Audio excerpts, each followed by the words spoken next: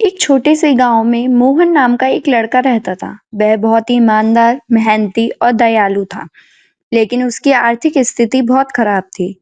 मोहन के पास बहुत सारा काम था, लेकिन वह कभी किसी से मदद नहीं मांगता था और जो भी काम करता उसे ईमानदारी से करता। वह हमेशा अपने माता-पिता की मदद करता और उन्हें खुश रखने की पूरी कोशिश करता। गांव के दूसरे लोग उसकी मेहनत और ईमानदारी की तारीफ करते थे, लेकिन कोई भी उसकी मदद नहीं करता था क्योंकि वह बहुत गरीब था। एक दिन गांव में एक मेला लगा। गांव के सारे लोग मेला देखने गए, लेकिन मोहन के पास पैसे नहीं थे, इसलिए वह मेला देखने नहीं जा सका। वह अपने खेतों में काम कर रहा था, तभी रास्ते में उसे एक बूढ़ा आदमी मिला। वह आदमी बहुत थका हुआ और परेशान दिखाई दे रहा था। मोहन ने देखा और बिना कोई हिचकिचाहट किए उस आदमी की मदद करने का निर्णय लिया। वह उस आदमी के पास गया, उसे सहारा दिया और पानी पिलाया। बूढ़ा आदमी धीरे-धीरे ठीक हुआ और मोहन से कहा, "तुम्हारी मदद के लिए मैं तुम्हारा आभारी हूँ। मैं तुम्हें एक तोहफा देना चाहता हूँ।"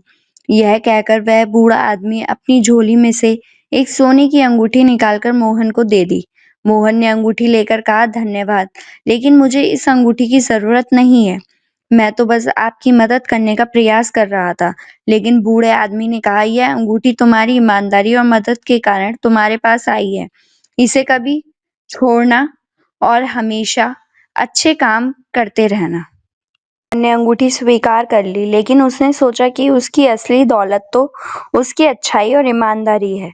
वह अंगूठी लेकर घर लौटा और अपने माता-पिता को पूरी कहानी सुनाई। उसके माता-पिता ने उसे समझाया कि यह अंगूठी सिर्फ एक प्रतीक है, असली कीमत तो उसकी अच्छाई की है। मोहन ने सोचा और अपनी मेहनत और ईमानदारी को और बढ़ा दिया। कुछ दिनों बाद गांव में एक बड़ा संकट आया। गांव में अकाल पड़ा और सभी लोग बहुत परेशान हो गए। मोहन ने अपनी अंगूठी को बेचकर गांव के लिए पानी और अनाज का इंतजाम किया। इसके बाद वह गांव के लोगों की मदद करने में जुट गया। उसकी ईमानदारी और मेहनत देखकर गांव के लोग उसकी बहुत इज्जत करने लगे।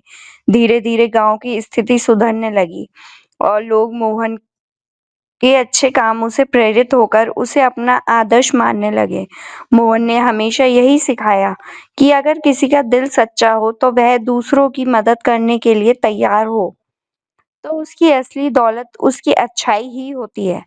इस कहानी से हमें यह शिक्षा मिलती है, यह कहानी हमें यह सिखाती है कि इंसान की असली पहचान उसकी अच्छाई, ईमानदारी और दूसरों की मदद करने से होती है, ना कि संपत्ति और बाहरी चीज़ों से।